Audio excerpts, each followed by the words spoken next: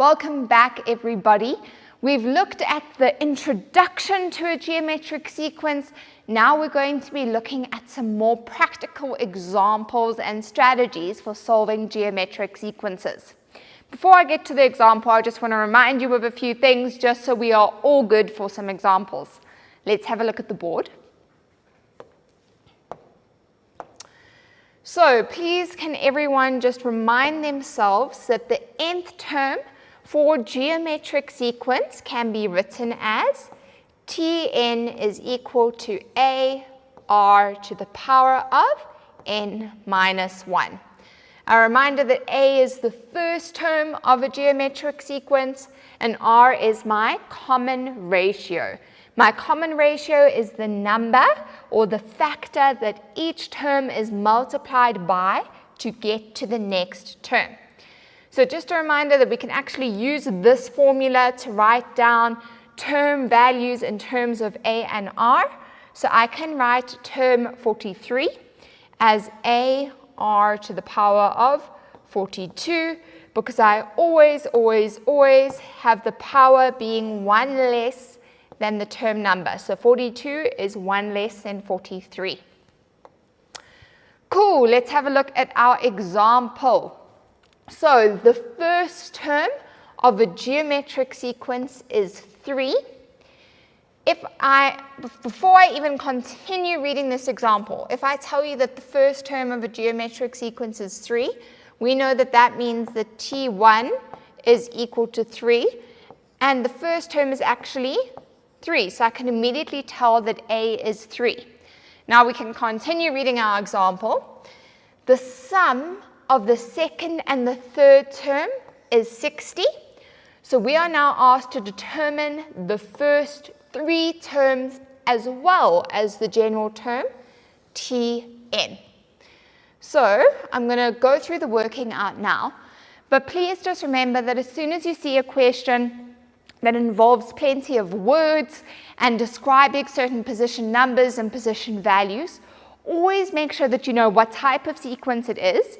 So for the one behind me, it's a geometric sequence.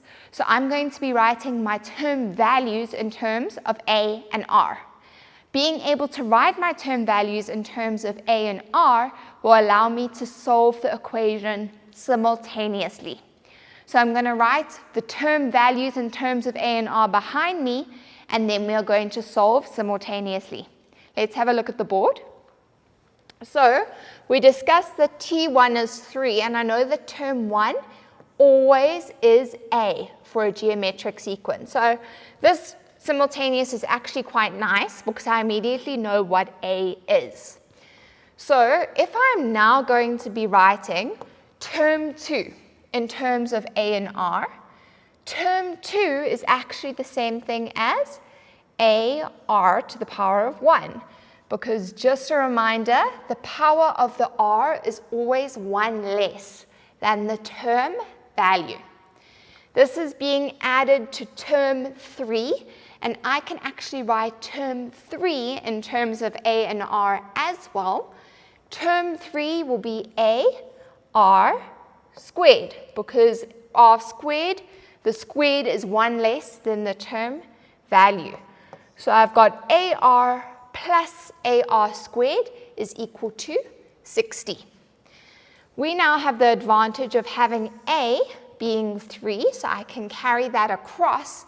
So if I'm substituting in 3 for the a's, I'm going to have 3r plus 3r squared is equal to 60. In order to make my life a bit easier, I'm going to bring the 60 across to the left-hand side to create a quadratic equation. So I'm going to have 3r squared plus 3r minus 60 is equal to 0. I'm going to divide everything by 3. So I'm going to be left with r squared plus r minus 20 is equal to 0. Guys, I'm just going to move down here so I don't block anything. So if I factorize this quadratic equation, I'm looking for the factors of 20 that can create positive 1. So hopefully everyone will agree with me that I'm going to have r plus 5 and r minus 4. So this means that r will be equal to negative 5 or r will be equal to 4.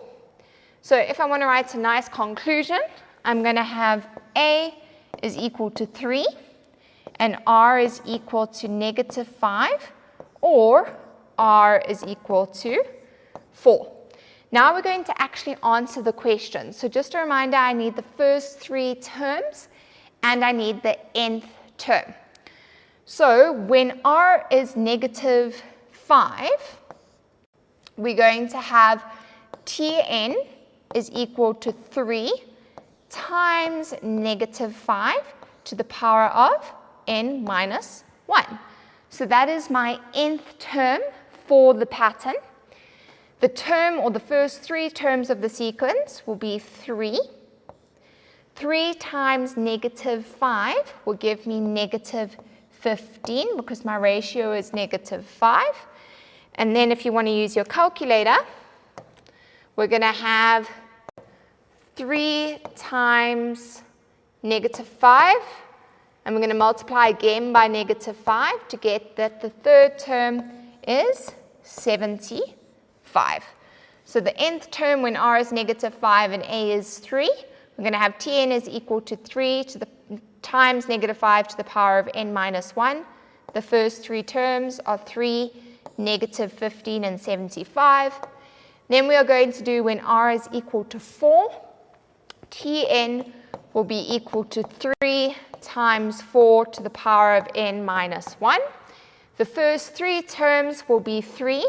3 times 4 gives me 12, and 12 times 4 gives me 48. So that is the nth term and the first 3 terms when r is 4 and when a is 3.